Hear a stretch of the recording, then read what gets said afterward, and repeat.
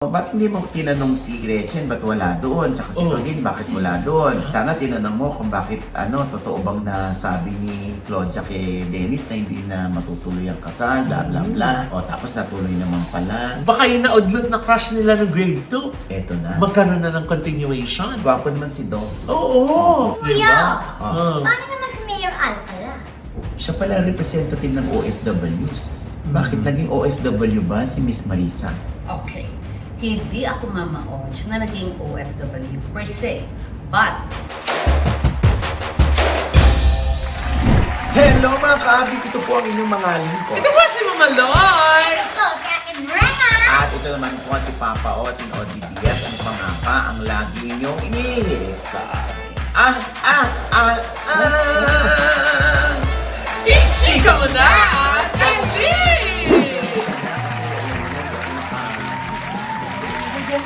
Oo, pero- Kamusta ba Ay, ang naku. check up mo kay Dr. Tina Visceral? Siyempre, si Doc Tina Visceral ay Oo. pinuntahan ko talaga sa Pacific Global. Oh. Oo, talagang in-x-ray niya itong aking lalamunan. Oh. Ano daw? At Andyan pa nireseta- din? Niresetahan niya ako.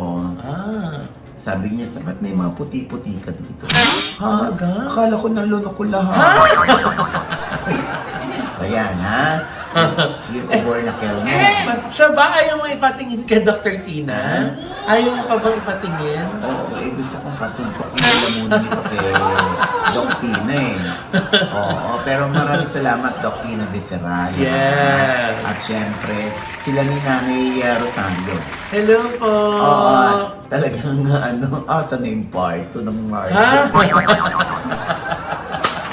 Mga Marites din eh. Oo. Ang atit nanay ni Jose Marie Visceral. Yes, si Nene Nene Vice. Vice. Ayan. Oo. Oo, Ay, ayan. speaking of Marites Night, Oh. hanggang ngayon, yan ang topic sa lahat ng mga kumpulan na magkakaibigan, sa parlor, Oo sa nga, coffee shop, nakakatuwa. sa grocery, sa simbahan. Oh. Sa simbahan ka na. Ayaw ko na ikwento sa simbahan na naloloka. Diba? Kasi Sa bawat kausap kong sulok bigla ng eh. ngayon, ng Pilipinas at ng Diyos buong ko, mundo. Nakakaloka. Halos lahat nakapanood ng interview ko kay Dennis Padilla sa kay Marjorie Barreto Yes. na Natalie Parts. Mm. Oo, talaga namang sa akin nila binubuga yung kanilang opinion. Oo nga eh. Oo, iba-iba. Inaaway mo na nga yung iba eh. Dahil sabi mo, ang dami mga demands. Oo, nakakaloka. Yun ang isasabi ko. Oo, Diyos ko, ba't hindi mo tinanong si Gretchen, ba't wala doon? Tsaka si Claudine, bakit wala doon? Sana tinanong mo kung bakit, totoo bang nasabi ni Claudia kay Dennis na hindi na matutuloy ang kasal, bla bla bla. O tapos natuloy naman pala. Hmm. Siyempre namin ang tanong, di ba? Oo. So, isa lang ang sagot ko. Ano? Pag nakita niyo si Marjorie, kayo na magtanong. Ha? Oo. Alam niyo, sa totoo lang, ito lang ang malinaw dyan. Oo. Kaya ko naman itanong yon. Nag-concentrate kasi ako dun kay Dennis. Tsaka malaya akong pinagsalita si Marjorie. Oo. Hindi ako nagbabatin masyado. Tama. Oo, kasi gano'n naman ang pag-i-interview. Pero hindi naman dahil paus ka. Hindi naman dahil Naku, paus ka. Gusto ko magpasalamat kay Marjorie dahil buti na lang madaldal si Marjorie. Kung hindi, Diyos ko kung isang tanong, isang sagutin, Diyos ko ako mahihirapan. Hindi, alam niya na yung kwento niya eh. Tama. At saka ang tagal niyang nag-hold back na, di ba? Oo. Gaya nga na sinabi mo, totoo yun eh. Dahil ikukwento mo sa amin, every time na may interview mo si Sir Dennis, gusto mo rin kunin yung panig ni Miss Marjorie, but she chose not to talk about it. Pero Oo. ngayon lang talaga. Kaya talaga namang lahat niya na. Naibulalas niya eh. Oo, lahat ng gusto niya sabihin. Oo, eh. Oo. Kaya, pasensya na kayo kung no. Minsan, ang mga gustong topic ng mga nakakausap ko, kinakausap ko, ginagalang ko yan. Tama. Ayoko yung matraumatize sila sa akin. Na si OG naman pinag-uusapan na huwag itong ilabas, huwag itong itanong, Diyos ko talagang pinush pa niya. Ayoko niya magpa-interview next time kasi hindi naman niya ako sinusunod pag meron akong gusto ipa-edit out. Yung ganon. Di ba? Ang importante doon, halos napanood na ng lahat at nagpapasalamat naman tayo dahil yung mga news programs Yes. ay nagpapaalam naman sa atin, hindi sila basta-basta gumagamit ng video. Thank you so much Yes. for giving credits. Yes. Where credit is due. Yes. Oo, diba? For the courtesy. Yes, oo, di ba? Ganun naman ang buhay. Ito na, Diyos ko, meron pang nagbabalak ng pa-interview sa akin. Sino? Oo, yung isang parang Marjorie Barreto rin ng istorya. Oh? Ako, abangan nyo yan. Artista din? Abangan nyo yan, Lord. Artista o politiko? Artista yung dating nakarelasyon. At ang mga reklamo niya dito, Oh, pero yung nagreklamong nanay, hindi artista. hindi artista. Ah. Oo, dahil may mga hanas tong father na parang hindi naman totoo raw. Oo. Ito nga, di ba gusto mo pa-interview ni Brenna sa atin? Oh. May mga reklamo siya kay Junel. Sabi niya, huwag mo na ngayon kasi kuya, andyan si Junel. Kasama pa si It. Oo. Sabi ko, ano bang reklamo mo? Oo nga. Sabihin mo na nga, Brenna. Ano ba Hindi, yun? kuya, wala naman. Biglang wala, Wala. Sabi ko, ano ba yung reklamo? Ako na magsasabi. Ano nga ba yun, Nay? Ano ba yung reklamo mo, Reyna? Sabi Oo. niya, kuya, hindi na ako kinakain. Ay! I mean, hindi na ako tinitreat para kumain sa labas ni Junel. Bakit naman ganun naman si Junel? Bago pa naman yung rubber shoes. Oo, malaki pa ni Brenna, 1.5 daw eh. Kuya, nakasilang. Sabi ni Brenna sa akin, alam mo, nag-isip-isip na ako kung bibilin ko yung rubber shoes kasi ano yun eh, 750 na ng pera ko eh. Oh? Oo eh, pero wala, pinangutang ko na yung 750 kasi yung 750, papayag naman daw yung nagtitinda ng sapatos. Ha? Oo. Bakit? Pero kanan lang. Ha? Installment din. Pati yung ano, Kaya isang 1.5 paka na. muna. Nakakaloka. Ay, no. Pero na dito sa issue na to marami kasing nakaka-relate, di ba? Kasi nga, syempre maraming magulang, di ba? Maraming tatay, maraming nanay nakapagbigay ng opinion, di ba? Pero naloka lang ako dun sa ibang mga nagsasabi na kaya daw ganun minsan yung comment namin, nila Ina, nila ano, kasi hindi daw kami magulang. Hindi. May mga nag-comment ng ganun. Nakakaloka. Hindi mo na po kailangan maging magulang para malaman mo po Oo. kung paano. Dahil may mga pamangkin po kung pinalaki. Saka ikaw mismo, Bilang anak. bilang anak. Diba? Oo. Tama. Alam mo ako, no, bigla akong naalala. No? Kahit sa mga anak ko, sinabi ko to. Sabi ko, pag dumating ang araw, lahat tapos na kayo mag-aral o nandun na kayo sa legal na edad, sinabi niyo sa daddy niya na ayaw niya na sa daddy niya. Gusto niya nang mag-sarili. Okay lang. Go lang, anak. Di ba lagi ko sinasabi? Yes. Pag ayaw mo sa akin, Oo. ayaw mo sa akin, sabihin mo lang, ayaw mo sa akin, ayaw ko na. Okay, thank you. Ang importante, hindi ko sinabing ayaw ko sa'yo. Kahit sa kaibigan, ganyan ako. So, yung mga anak ko, pag nasa legal na kayo, gusto niyo na mamuhay, magsarili kayo, ganyan. Okay lang, kahit na sa pag-asawa. Oo, sinabi ko nga sa kanila, huwag muna kayo mag-asawa, ha? Oo, gusto niyo ma-experience, yung bumukod, di bumukod kayo. Oo, yung kasal, siguro kilalanin niyo muna ang isa't isa sa ilalim ng isang bubong. Kung kaya niyong tapalan ng bulkasil. Teka lang.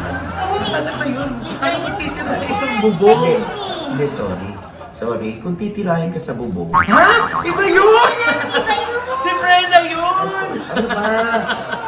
Hindi nga, kung titira kayo sa ilalim ng isang bubong. Oh. Experience muna, kasi baka masyado lang kayong excited. Oh. Diba? At least, pag na-realize nyo na hindi ko pala tumahal, parang na-fall out na pala ako dito. Away kayo ng away, feeling mo, sandali, pag hindi kami nag-iwalay nito lahat, magpapatayan na kami nito.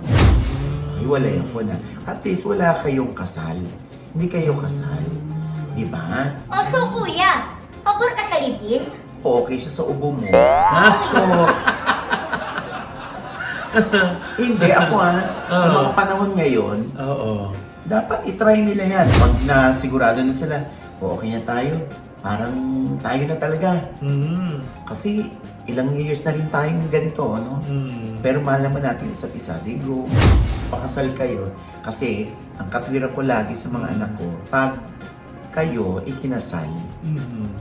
at nagkataon na yung mapanakit yung lalaki, physically abuse kayo, battered wife kayo, Mm. hindi ko na kayo mababawi. Kasi siya na may-ari sa inyo dahil kasal na kayo. Pero, di ba, ang tangi ko lang magagawa doon ay makiusap na huwag sasaktan anak ko. O kayo, i-demanda nyo ng vowsy at asawa niyo. Di ba? Pero pag hindi kayo kasal, kaya ko kayong bawiin. Didemanda ko pa yung hayop na yan. Ganon. And guys, sigurado may mga magko-comment dyan. Oh. Sabi nila, OG, okay lang ba yun sa'yo? Hindi ka ba dihado doon? Babae yung anak mo? Lahat sila, 5? Okay lang sa'yo na makipag-live-in sila nang walang kasal? Alam mo, unang-una, hindi naman ako yung makikipag-live-in sila. Okay? Ang akin lang, subukan nyo muna. Sa mga anak ko to ha, wala po akong pakialam sa mga kung paano nyo i-raise yung mga anak nyo dyan, kung paano nyo i-raise yung issue ng kasal o ng live-in sa kanila. Ang akin lang is biglang ang pag-iisipan nyo na pag nag-ano kayo, naghiwalay kayo ay ang annulment na. Diba? Kung magkakilalanin muna talagang mabuti. Oo, yun Pero, lang naman. Kahit nga hindi kayo makipag-live-in eh. Ganyan-ganyan lang kayo, di ba? Actually. Ang akin lang, ang dalas-dalas na ng mga happenings ngayon ng mga hiwalayan, aanakan lang. Di ba? At the end of the day, andito lang naman kami ng mama nyo, maghihintay sa inyo.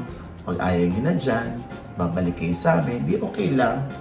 Pag iniwan kayo at hindi sinustentuhan ng anak ninyo, edi akin kayo. Ako magsusustento dyan. Di ba? Naalala ko tuloy na yung kwento ni Kim Molina sa ni Gerald Napoles, di ba? Yung almost 10 years na silang together, 7 years silang nagsama, nag-live-in sila. Kaya nakita na nila yung worst and best of each other. Tapos ngayon, they decided to get married. Kasi kasi nga, nakita na nila yung future nila na sila pa rin sa ending. oo nga, no? Kasi nga common yung scenario na nakikilala mo talaga yung kapartner mo pag magkasama na kayo sa O isang yun, bahay. yun ba, isusumpa mo, ikukondena mo sila, nalilipin sila. Tapos ang ending pala, magpapakasal din. Yeah. O, diba? At the end of the day, nakikinood lang tayo. Nakikiramdam lang tayo, nagmamasid-masid lang tayo. Ang importante pa rin, paano nyo ba patakbuhin ang sarili nyong buhay? Tama. Paano nyo ba gabayan yung mga anak nyo? Ganun lang naman. Kunwari yung anak ko, hindi magtrabaho, trabaho lang. Okay lang. Ang importante, hindi ka addict. Wala kang bisyo. Tama. Diba? Ganun lang. Kasi kung puro worst yung makikita mo sa isang tao, hindi mo makikita yung good side naman niya o yung brighter side nung, di ba? Yung katamaran niya, di ba? Kung katamad ka, hindi ka magkakaroon ng pera. Oo, tama. Ayaw mong trabaho, di dyan ka lang, pakakainin lang kita, pero hindi kita bibigyan ng pera. Diba? Yun talaga naman ang goal ng mga magulang na yun. Palakihin yung mga bata, yung mga anak natin na responsable, mabuti, matapang, di ba? Yung kayang harapin ang buhay, kayang tumayo sa sariling paa. Yes. Pag nagawa natin yun, happy na tayong mga magulang. Di ba? Correct. Ikaw muna, Mama Luy, Kuya Oji. Bakit? Ang layo na ng narating nyo. Ano pinalaman niya kala Marjorie at saka kay Dennis? Akala ko uubo ka lang yan. Siyempre, bahagi ito. Kumbaga, merong panig si Dennis at si Marjorie. Baka naman gusto nilang hingin yung panig natin. Yeah. Kayo naman, ano masasabi niyo? May nagtanong nga sa akin, kanino ka ba, kay Marjorie or kay Dennis? Ang sagot ko dyan, gusto ko magkaayos sila. Yes. Gusto ko ay manumbalik yung pagmamahal ng mga bata sa kanilang ama. Yun ang gusto ko. Hindi yung parang, ay kay Marjorie ako, ay kay Dennis ako. Di ba? Hindi pa rin magkakaayos yan. Oo nga. Oo, Kasi ngayon- nga parang they're running in circle eh. Parang nakita natin na dun sa interview ni Miss Marjorie, sinasabi niya na, nagiging okay, bigla may issue, back to square one. Nagiging okay, back to square one. So, Oo nga. sana tuloy na. No? Oo nga. Kaya dito sa story ni Marjorie at ni Dennis, makikita mo yung mga lessons na natutunan ng mga tao. Tama. bilang ama, bilang ina, bilang future wife and husband, ito hindi ko gagawin. Kaya, tinan mo, ano nga bili ni Marjorie? Eh, yun nga kuya.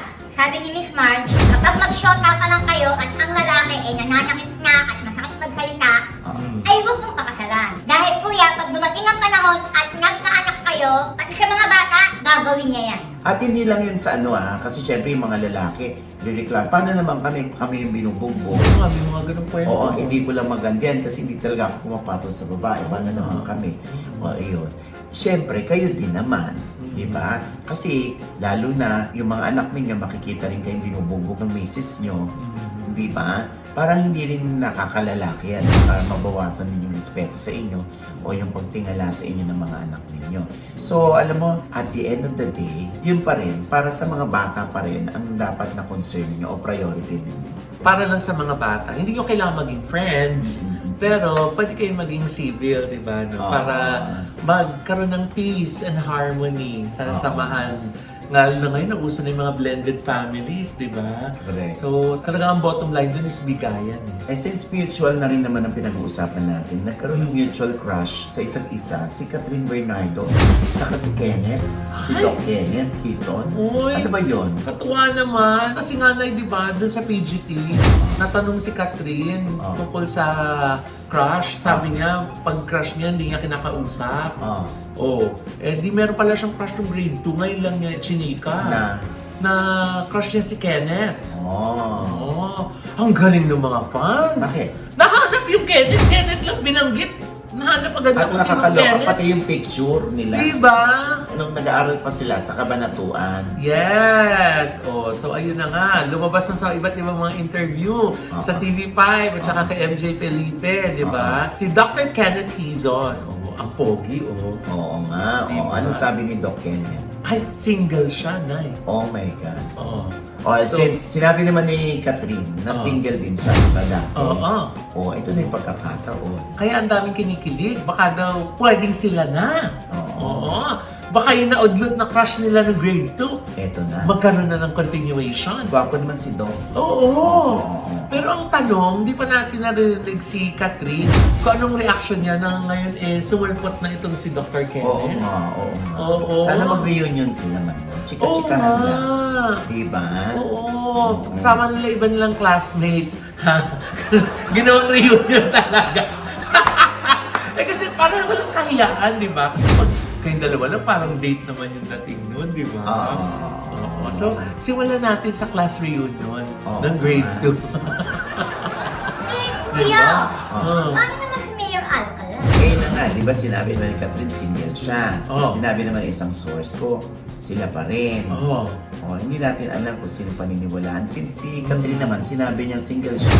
Kung ano sinabi ni Catherine, hindi yun ang paniwalaan natin. Pero sinabi pa rin ng aking source na si Catherine at si Mayor ay nakikita pa rin.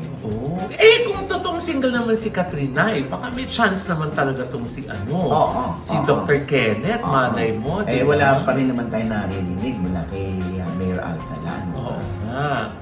Pero ang daming excited na magtagpo yung dalawa. Sana magtagpo si Kenneth at si Catherine. Dahil pareho silang gay. Babaw. Ay, nako. Yung tao dito, Diyos ko. Ito naman di K, kundi si. Siyempre, ang pamamaalam ng Asia's Queen of Songs, Miss Pilita Corrales. Diyos ko. At yun nga, tayo ay bumisita sa burol ni Mamita. Yes, para magbigay ng huling respeto. At yun nga, si Jackie Lu, nakakatuwa. Nag-show pa si Jackie Lu. The show must go on. Talagang hindi siya nag-absent na dun sa last play kung saan siya nabibilang, yung The Foxtrot. Kaya naman, nung pagkatapos nung performance niya, hindi niya na napigilan yung emosyon. Kasi nga, syempre, di ba, yung outpouring ng love and sympathy sa kanya ng mga nanonood. At saka yung kanyang sinabi na yung kanyang performance na yun is to honor her mother. Di ba? Kakatouch. Bigla tuloy sumulpot din yung duet ni Mamita o ni Miss Pilita Corrales sa kanyang apo na si Janine Gutierrez. Yes. Di ba kumanta sila? Ayan, kakatuwa. Kami ni Mamalay pumunta ng wake. Ito po. Inulila ng Asia's Queen of Songs, Miss Pilita Corrales, ang entertainment industry sa edad na 85. Sa first night, nakita doon ng mag-asawang Annabel Rama at Eddie Gutierrez kung saan may anak si Miss Pilita dito sa katauhan ni Ramon Christopher or Monching Gutierrez. Si Lotlot de Leon, ang ex-wife ni Monching, kasama ang kanilang 4 na anak. Ang apo ni Tita Pilita at Eddie Gutierrez na si Janine Gutierrez, kasama si Jericho Rosales. Si Jackie Lu Blanco, ang panganay ni Tita Pilita, ay kasama ang mga anak na sina Ara Davao at Ricky May. Pero napaka-professional ni Jackie ha. Tinapos pa rin ito ang stage play nila ni JC Santos bago tumungo sa Heritage Memorial Park. Si Miss Tessie Tomas ay kasama naman ng anak na si Robin, si Direk Gina Alahar, mag-asawang Tirso Cruz III at Lynn Inchausti, Yayo Aguila, ang kapatid sa ama ni Monching na si Tonton Gutierrez, kasama ang misis na si Glidel Mercado at kanilang anak. Nakausap natin si Monching at ang sabi nito, tanggap na rin naman nila ng kanyang ate Jackie Lu at happy naman sila dahil himbing sa pagtulog nang pumanaw ang kanilang ina na meron ding demensya. Nakikilala naman daw silang magkapatid ng ina pero hindi na raw ito gaanong nakapagsasalita at nginingitian na lamang sila sa mga huling panahon ng veteranang singer. Muli ang aming pakikiramay at pagkilala sa nag-iisang Asia's Queen of Songs, Miss Pilita Corrales.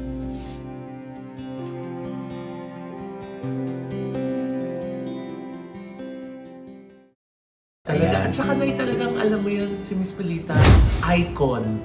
Yung alam mo yun, yung class, yung talent, di ba? Yung beauty. Talagang complete package. Oo. At balita ko, no? Si Senador Jinggoy Estrada ay may resolusyon para ibigyang pugay ang isang Pilita Corrales. Yes. Oo, sa Senado. And with that, mga kaibigan, ito po ang inyong mga link. Hindi po si Mama Loy, mga nanonood po sa amin na hindi pa namin subscriber, please subscribe now na. Click nyo na yung subscribe button na nandun sa ibaba. Siyempre pa ang kanya-kanya naming channel. Yes, sana mo nag-subscribe po kayo sa channel ko. That's Mama Loy.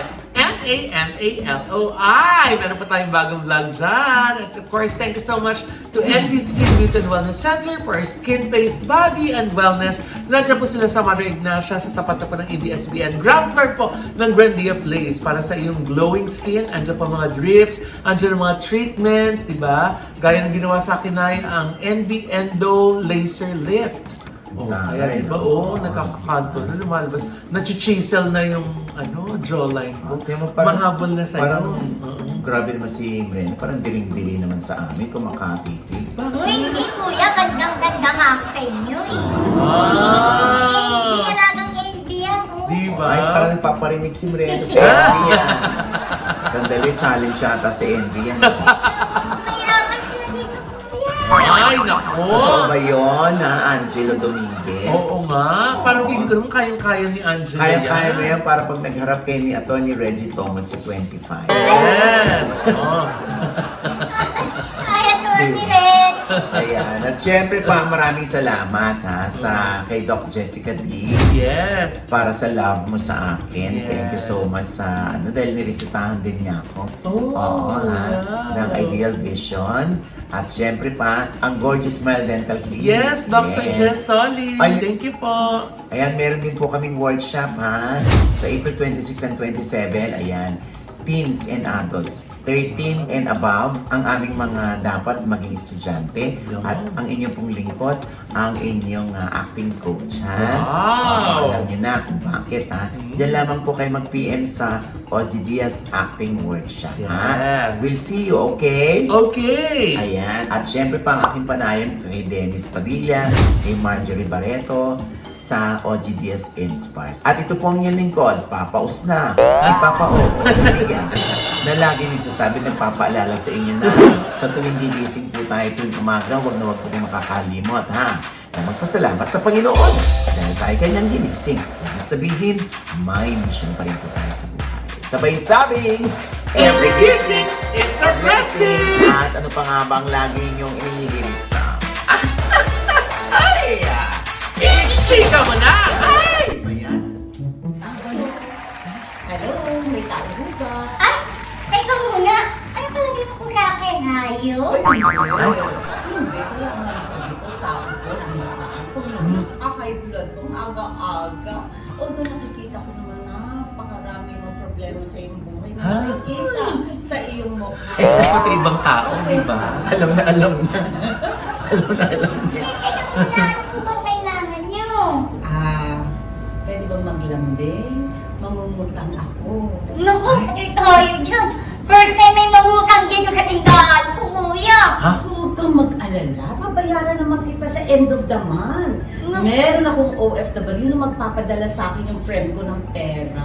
Ayun, may OFW pala, kuya eh. Yes. Naku, sure na may babalik yan. Talaga? Sige po. Ready ko yan. Pinantong galing ito. Nakarinig lang ng OFW galing abroad. Oo. Oo. Kaching-kaching na yung mata niya, no? Kakaloka ka. Kilala mo ba yan, Marena? Diyos ko, yan ang representative ng mga OFWs natin. Ang OFW party list. Yeah. Oo, number 83 sa Balota. Oo. Tuloy po kayo. Oo. Lumayas ka dyan, Marena. Oo, lumayas ka dyan. Biglaming Mariana. Diba? Biglang close mo siya sa inyo nung narinig niya OFW. Ayan, para kang tutasan ng kakasal na gawin. And syempre, ang ating bisita ngayon ay ang dating artista. Kilala to ng mga millennials, tsaka ng mga boomers at ng mga Gen X. Yes! Yes. Ang pangalan niya dati, Marisa Del Mar. Oh. Ngayon meron ng karugtong. Ano na? May Congresswoman Marisa Del Mar Magsino. Yes! OFW Party List number 83 sa Balon. Yo! Hello, hello, hello. Welcome po sa aming tindahan! Yes, I'm good, I'm good. Eh, syempre sa mga Gen Z ngayon, sino si Ma'am Marisa? Sino yan? Sino yung guest nyo? Mm. Ayan, siya po ay dati ng artista nung ano to, 80s? 80s, Yes. early 80s. Early 80s, oo. 80s, oo. Siya ay leading lady lang naman noong araw ni na.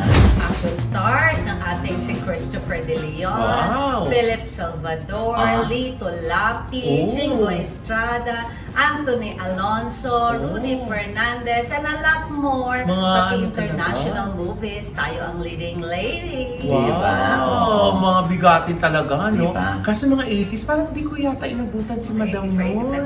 Ganun ba? Ikaw naman. Ginugudtan ko lang naman. Okay. Kanino sa mga naging leading man niya, romantically linked si Congresswoman Marisa? Meron ba, Madam? Wala. Kasi may boyfriend na ako noon. Ah. Yun yung tatay ng mga anak ko. Alam mo naman ako, one-man woman ako. Wow. Pero Diba? nung araw, Challenge. usong-uso rin yung mga landian nung araw.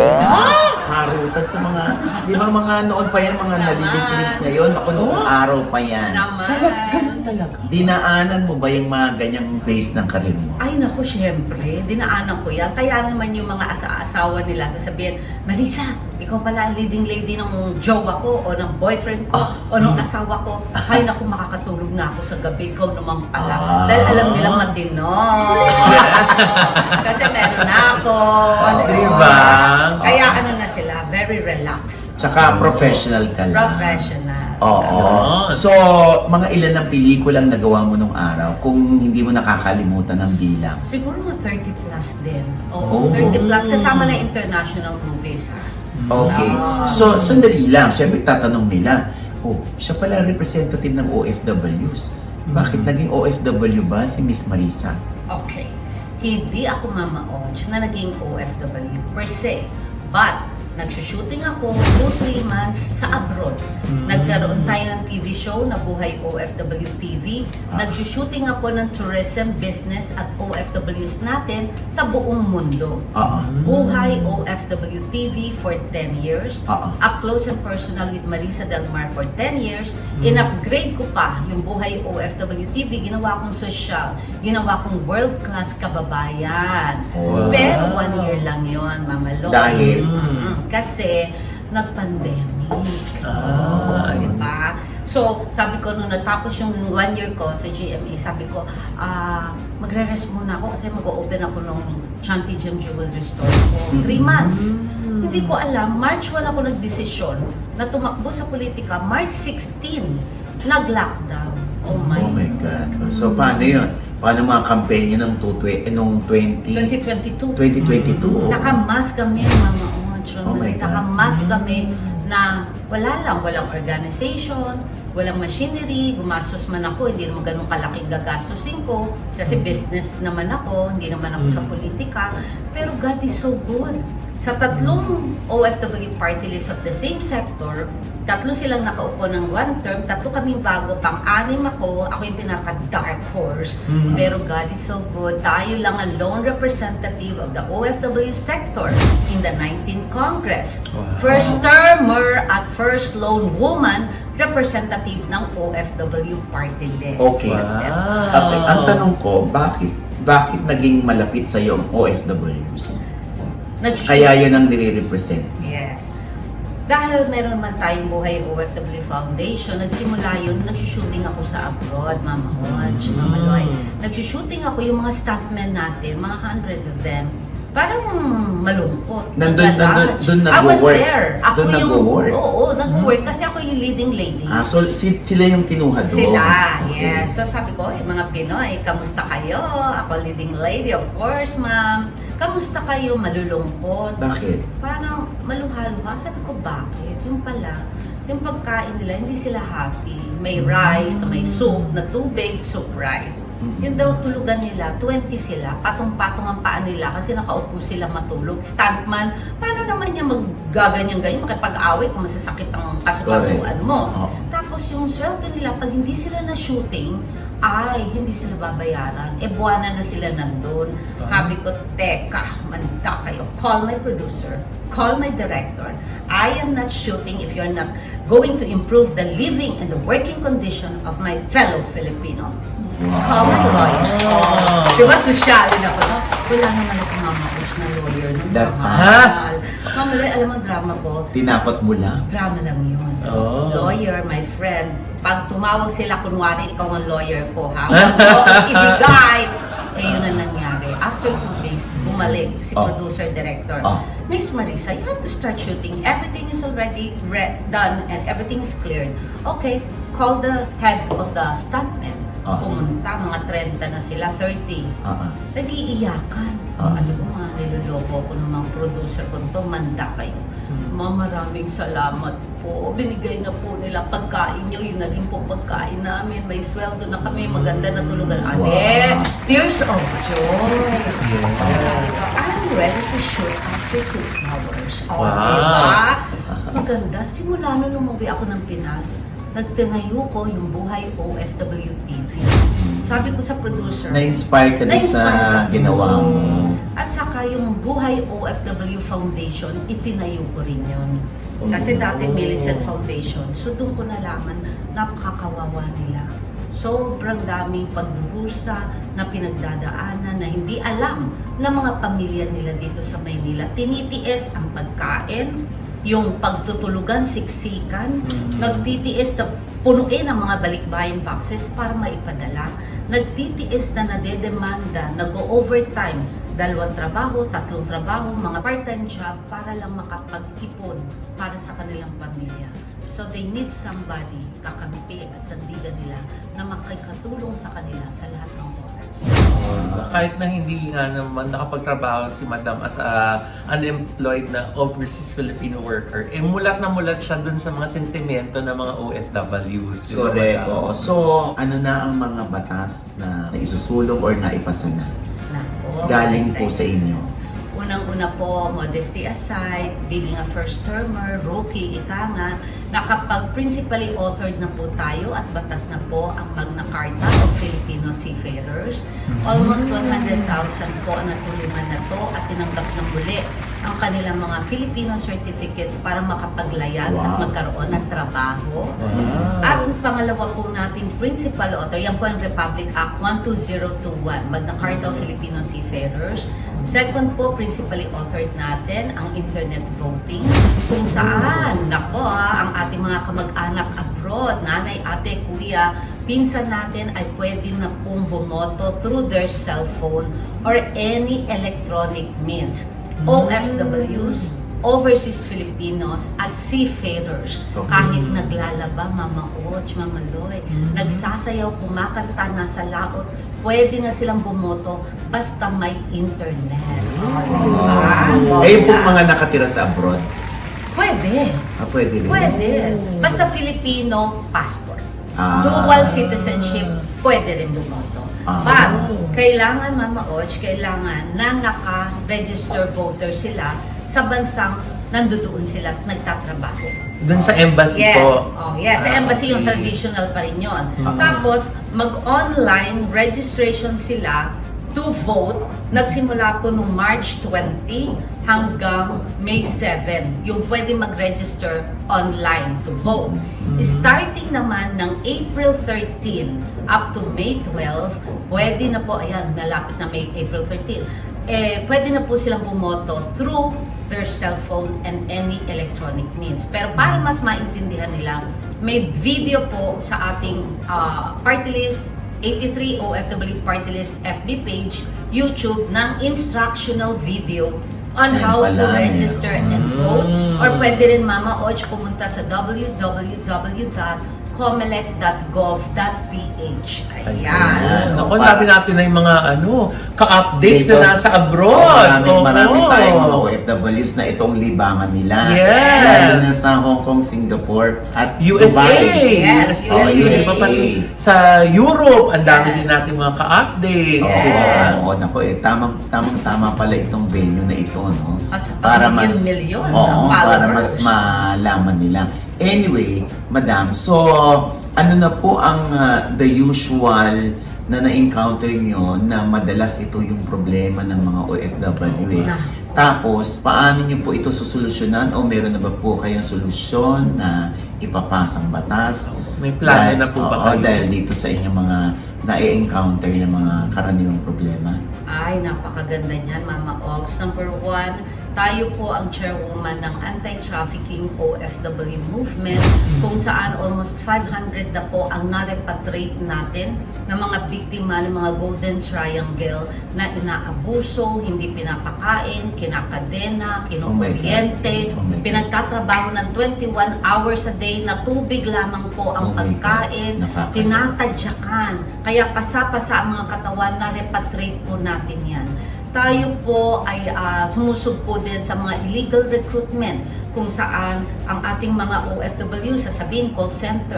Pagdating sa Hong Kong, sa Korea, sa Singapore, sa Japan, sa Myanmar, sa Thailand, gagawin palang mga manluloko. Bibigyan ng mga 5 na cellphone, paiibigin, love scam, and investment Oh my scam. God. Alam nyo yan, Mama Ogs, Formula Yes. papaibigin, kunwari mayaman sila. Pagkatapos mag-i-invest o mag-share tayo ng savings.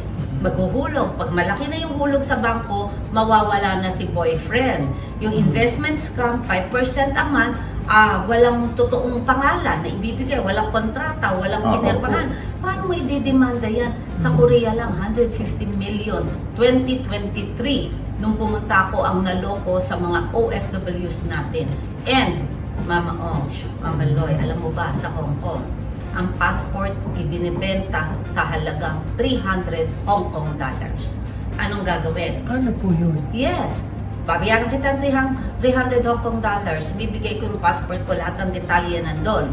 Lalagyan nila ng pera sa araw na yon. Sa araw ng bago matapos ang banking, kukuhanin ang lahat ng pera. Ano nangyari sa OFW natin, Mama Ogs, Mama Loy? Eto, maimbestigahan, makukulong ng 2 taon. Pag nakulong ng 2 taon, hindi ka na pwedeng bumalik sa Hong Kong. Blacklisted ka na for 300 Hong Kong dollars na pwede naman natin kitain sa Oh my God. Pilipinas. Paano po ninyo masusolusyonan or may magagawa po ba kayong batas or pakikipag-usap sa mga embahada na yung pong laging ginagawa ng amo na kinukuha yung passport? Hmm. Meron na tayong ginawang solusyon dyan, Mama Ogs. Unang-una, sa United Arab Emirates, di ba? Yung Saudi, sa Middle East, yun po ang ibig kong sabihin. Yung mga amo, mga employer, kinukuha mga passport para hindi makatakas. Rena, makinig ka ha? Para hindi makatakas sila at ma-hold nila na huwag makapunta sa ibang employer. Anong ginagawa? Kinukuha si passport. yun ang mga nangyayari doon sa town hall meeting when I visited UAE and Saudi Arabia. One of the many reasons na problema nila at problema ng ating embahada.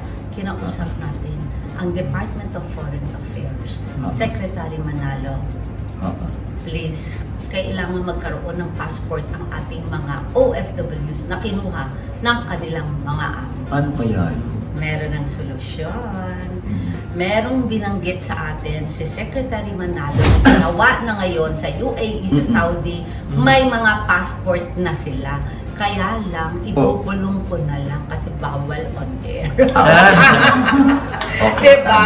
O, yan. Pero meron na po. At, Mama Ogs, Mama Loy, isa pa ha, pag sa UAE, nabuntis ka na hindi ka kasal, wala kang passport, wala kang birth certificate. Karamihan sa mga Filipino natin doon matatanda na may mga apo na hindi nakapag-aral. Walang identity walang kultura, hindi malaman anong nationality. Kinausap, ito pwede ko nang sabihin to. Kinausap ko si Department of Foreign Affairs ng inyong Congresswoman Marisa ng OFW Party List para bigyan ng solusyon. Ngayon, Secretary Manalo, DFA, binibigyan na ng mga birth certificate at passport ang ating mga Filipino sa UAE at sa Saudi na walang pagkakakilala. But ang rampant sa UAE. Ngayon, nakakapag-aral na sila, mga anak nila, may mga passport na. God is so good, binigyan na sila ng embahada ng mga birth certificate at passport. Ayan! Diba? Gusto mo ba ng good news? Ay, ano pa yan, Okay. madam? Ang ating mga fishermen sa Hawaii, USA. Diba pag sinabi mong I live life in USA, 500 ang fishermen natin doon, but wala silang working visa. Ano lang sila, ang tawag doon, special arrangement from the vessel at saka yung immigration ng US. Walang working visa.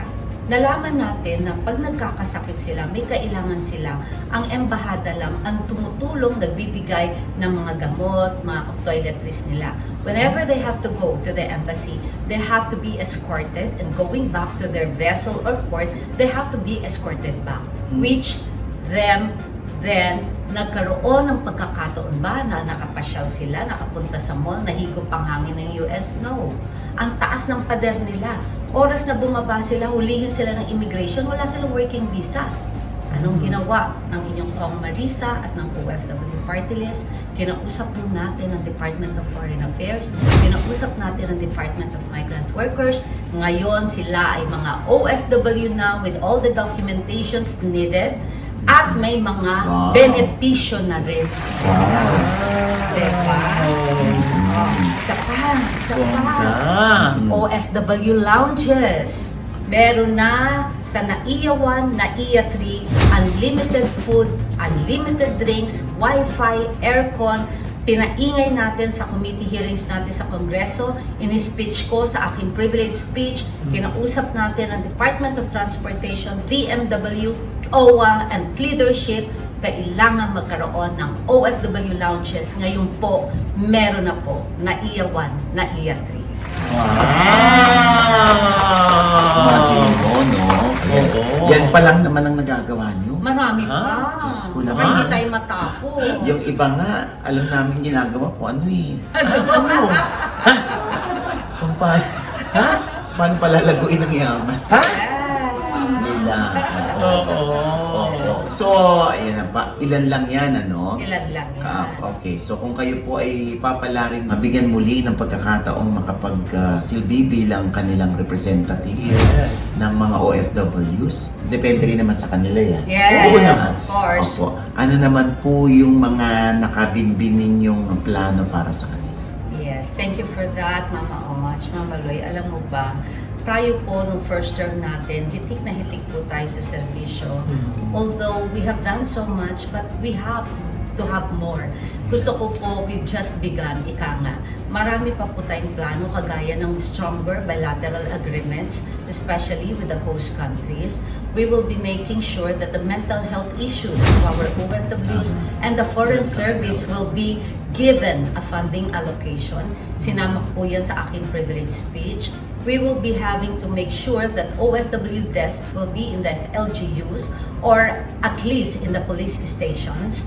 We will have to make sure that the families left behind will be taken care of. We will make sure that the reintegration program will be well implemented, and we will be making sure that these people that are really collaborating with the scrupulous consolidators and the consolidators for the Balikbayan boxes scam will be held liable. They will be punished by the law, and they will be criminally charged. And this is the reason why I am now the chairwoman of the Technical Working Group for the TWG of the Overseas Workers Affairs in Congress.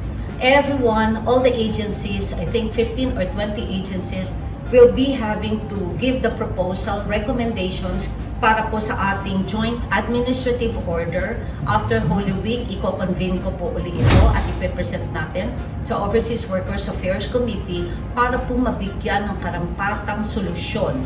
Hindi lang po puro usapan, dekada na po yan yung istorya ng Balikbayan boxes Decades ago problema na yan. Definitely, paparusahan natin yung mga dapat parusahan, and the good news, ibinalik na po natin yung mga Balikbayan boxes doon po sa mga OFW victims na umattend po ng ating hearing sa Kongreso ng OFW Party List, pati po sa Davao ng mga Balikbayan boxes, pinasoli na po natin at hindi na po pwedeng mag-auction ang customs ngayon. Bawal na po yan at hindi pwedeng magbayad uli ang ating mga OFWs ng mga Balikbayan boxes nila. It's a no-no. Gusto ko rin sabihin. Yes! Nagtindihan mo yun, Brenna? Alam mo, Mukhang na-carried away si Brenna. nakakaloka yung iba nga, senador pa, takbo wala namang plano. Ha? Talaga ba? Ganon? Oo. Yung ibang senador, tumatakbo walang plano, saka na lang daw pag nanalo. Parang narinig ko yun. Pero ayan, nakita niyo, napakagaganda ng mga narinig natin ng mga plano. Ayan. Magiging totoo lang po yan kapag naupo ulit si Madam bilang representante ng mga OFW sa kanilang OFW party list, di ba? Ayan, madam, ang uling tanong ko sa inyo, ano po yung mensahe niya para sa ating mga kababayan, sa mga OFWs? Yes. Na mukhang sa inyo yata nakadepende ang kanilang future, ang kanilang kapakanan, at ang kanilang kaligtasan, Yes. at ang kanilang mental health. Mukhang ang dami. Yes. Ang dami mong pananagutan sa kanila o responsibilidad. Ano po ang inyong mensahe sa kanila? Mama Ox, alam mo, totoo yan. Kasi sabi nga sa Kongreso, ngayon lang po ang Marisa naririnig ang OFW. Hindi namin alam na ang remittances ay 38.34 billion US dollars ng 2024. That's almost 3 trillion pesos. Hindi ko kaya bilangin yung 00. At nasabi rin nila kung Marisa, ikaw lang ang tunay na nakipaglaban. Napakaganda ng buhay ngayon ng OFWs. Ang akin lamang po, alam ko naman po kung ano man po ang binibigay ng inyong Congresswoman Marisa. Galing po ito sa inyong mga taxes. Galing po ito sa inyong mga remittances. Galing po ito sa ating lahat na nagtulong-tulong para magkaroon ng magandang buhay ang ating mga pamilya. The government is doing the best that they can to be able to give back to our OFWs, to be able to give them the precious and happy life that they opted for their family. At especially ngayon, this time, the leadership and the government is taking the best thing to be able to complement and to support our OFWs. Yan po ang mandato ng Congresswoman Marisa sa Kongreso. Isa lamang po ang sinasabi ko. Naging mission ko po, wala pa po ako sa politika, ang magkaroon po ng isang tahanan ang ating mga OFWs. Ngayon po, I am so happy to announce na nag-ground break na po tayo 2 days ago dito po sa Barangay Birinayan, Laurel, Batangas ng OFW Convention and Tourism Center. Nag-donate po ang ating pamilya ng lote para po katayuan. Kasi it has to be, Mama Ox, Mama Lay, it has to be LGU lot or donated lot. Dahil po sa aking mission at vision na kayo po ay mapagsilbihan. Gusto ko po magkaroon kayo ng tahanan na mapupuntahan whenever we have reintegration, legal assistance, ito pong events, convention, at makakatulong po ito sa tourism. It will add job opportunities, taxes for the Barangay Laurel, Batangas, Municipality of Laurel, and it will create a tourism scenario for local and global stage na lahat po ng exhibitors can come, visit, and go sa ating pong Batangas OFW Center. So, kung gusto po kayo. Yes. Para naman eh, madam. Yes. Oo. Yes. At hindi lang pang pang politics ang kanyang mga kasakutan, pang Miss You rin. Yes! Yes. Miss you. Ayan, syempre, Congresswoman Marisa Del Mar Magsino ng OFW Party List number 83 sa Balota, sa likod yun ng Balota. Yes. Nasa third column sa itaas. Oo. Alam mo na, ano pa nga pa ang lagi mong inihigit sa amin? Ay! Chika mo na! Ang tahimik yung Rena. Parang walang naiintindihan. May naiintindihan ka ba? Ito ba mukha bang... May na-absorb. Ito nga Si Brenna. gusto niya sa Thailand daw, yung mga nandun sa labas ng bar. Magtitinda ka doon. Talaga? Oo, Ay, nag-aaya- pag sa nag-aaya-aya. bar, nag-aaya-aya. Iba Gusto yun. niya yun eh. Delikado yun.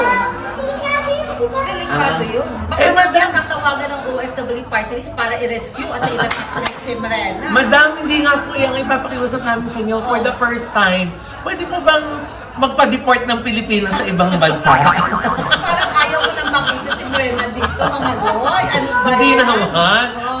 Marena, oh. Masalbahan mo, Mama Lord.